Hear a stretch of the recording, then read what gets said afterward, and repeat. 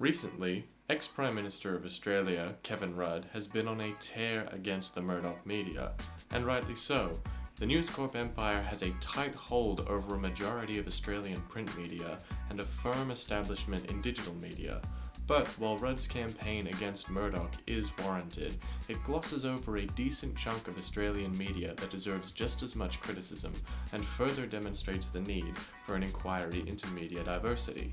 Now, there are three main players responsible for the media in Australia, excluding the government, which funds the ABC and SBS, which deserve their own swaths of criticism, but that's for another time.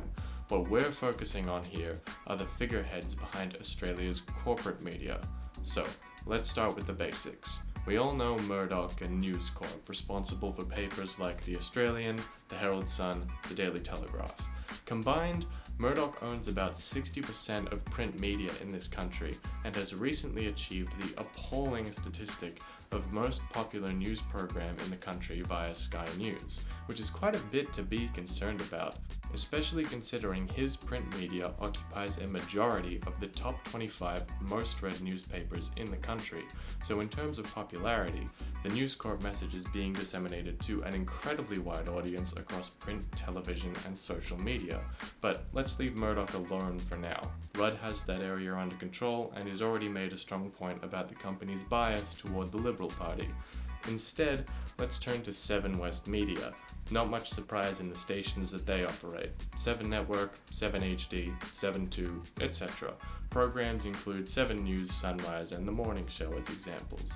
As of last month, their programs were sitting in the top 2 of most popular free-to-air channels, so they have a decent presence in television media.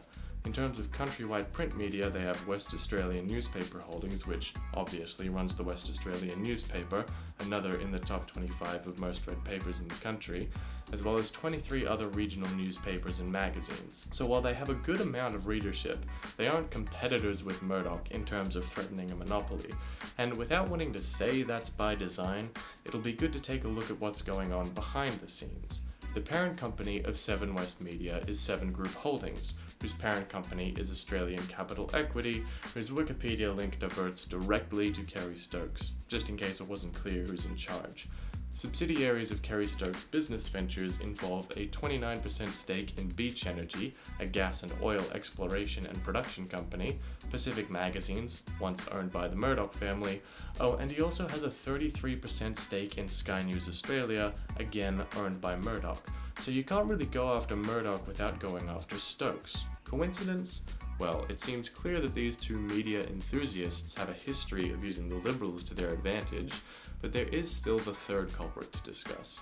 Nine Entertainment Company, a successor to Publishing and Broadcasting Limited, which was established by the Packer family, who once bought 18% of shares in 10 Network and gave half of them to the Murdoch family. So we're off to a good start here.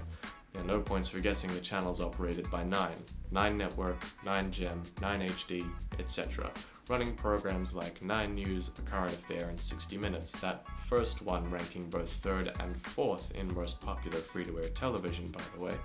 Print-wise, they operate the Sydney Morning Herald, The Age, and some regional newspapers. They also used to own Australian Community Media, who are responsible for the remaining newspapers in our top 25 list, but sold it to a real estate mogul and a corporate philanthropist billionaire. And in case you were a little bit skeptical about the corporate bias of Nine, its current chairman is former Liberal Party treasurer Peter Costello. Now, when you have such a small range of ownership like this, setting the agenda for a country's mainstream media, it's no wonder that demand for a media diversity inquiry is the most popular petition in Australia's history. There is a growing awareness of the media's manipulation tactics via the recent criticisms of Murdoch, but keep in mind, he is not the only culprit, and he does not work alone. These 3 individuals are dominating the media landscape and setting the agenda for the benefit of corporate interests time and time again. But wait, there is one last important beast to tackle here. Network 10. Again, no points for guessing their stations. Now, the parent company is 10 Network Holdings Limited, which is owned by Viacom-CBS, an American mass media corporation. But remember when I said Murdoch got some shares in 10 Network?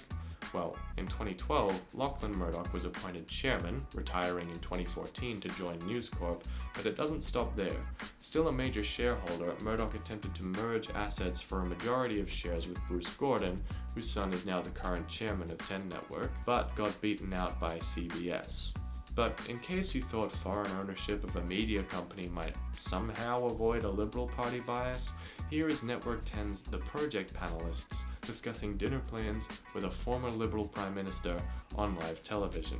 There is a member of our team who's very disappointed he can't be here tonight, Right. Mr. Pete Hellier. He wants to know, when are Pete and I coming for dinner? You promised us we'd come for dinner. Well, you're very busy, but if you can fit me into your schedule, you let me know. Oh, okay, great. Well, I'm looking forward to that fish you promised me. Yeah, so, okay, yeah. done. I hope this was insightful and that you now have a better understanding on who is running the show in Australia. Hopefully next time we can get into a bit more detail about who owns and operates the media here, but for now, I'll see you next time.